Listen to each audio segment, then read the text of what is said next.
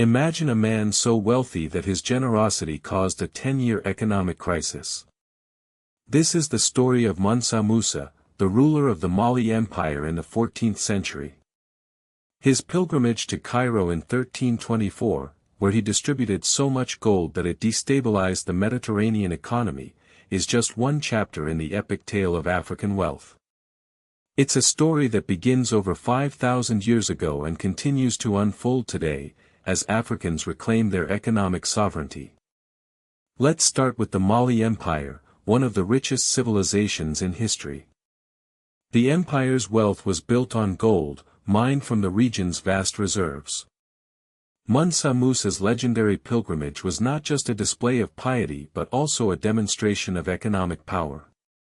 His entourage included thousands of soldiers, merchants, and slaves, all carrying gold to distribute along the way. This event put Mali on the global map and established its dominance in the trans-Saharan trade network. But the Mali Empire was not alone. Across Africa, pre-colonial societies like the Songhai Empire and the Kingdom of Aksum had sophisticated economies based on trade, mining, and agriculture. These systems were destroyed by European colonization, which began in the late 19th century.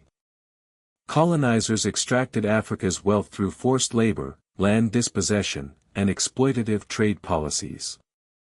The effects of this extraction are still felt today, as African nations struggle with poverty and debt. In the United States, African Americans faced similar challenges. Black banks, founded in the late 19th century, were critical in generating wealth for African American communities. Banks like the First National Bank of Chicago and the Tri-State Bank of Memphis provided loans and financial services to black entrepreneurs and homeowners. Despite their success, these banks were systematically underfunded by the Federal Reserve, a policy that suppressed black wealth for decades. Mirza Shah's book, The Color of Money, reveals that black banks generated $1.2 billion in wealth between 1868 and 1950. But this achievement is often overlooked in mainstream history. Today, Africans are reclaiming their economic sovereignty through innovative strategies.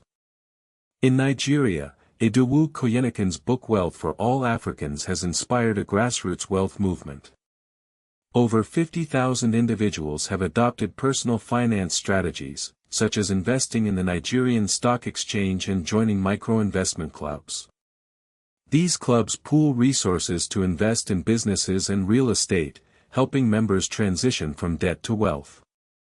In East Africa, families are building generational wealth through collective wealth pools and intergenerational land trusts. Ninsima Kakura's books Rich in Africa and Building Generational Black Wealth highlight these practices, which are now being adopted by banks and investment firms. In South Africa, Mothupi Kopa's book African Wealth Paradigm Shift introduces the concept of African wealth sovereignty. Kopa argues that African economies must decouple from Western financial models to achieve true independence.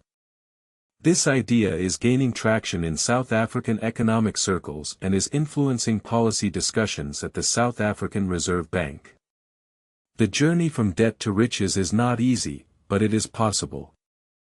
Fumalil Ndumo's book From Debt to Riches documents a grassroots movement in Nigeria where over 10,000 individuals have transitioned from debt to wealth through micro-investment clubs and community-based lending.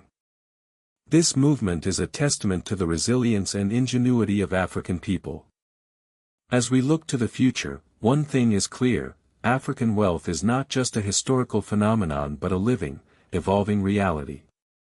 By reclaiming their economic sovereignty, Africans are building a future where wealth is not just for the few but for all.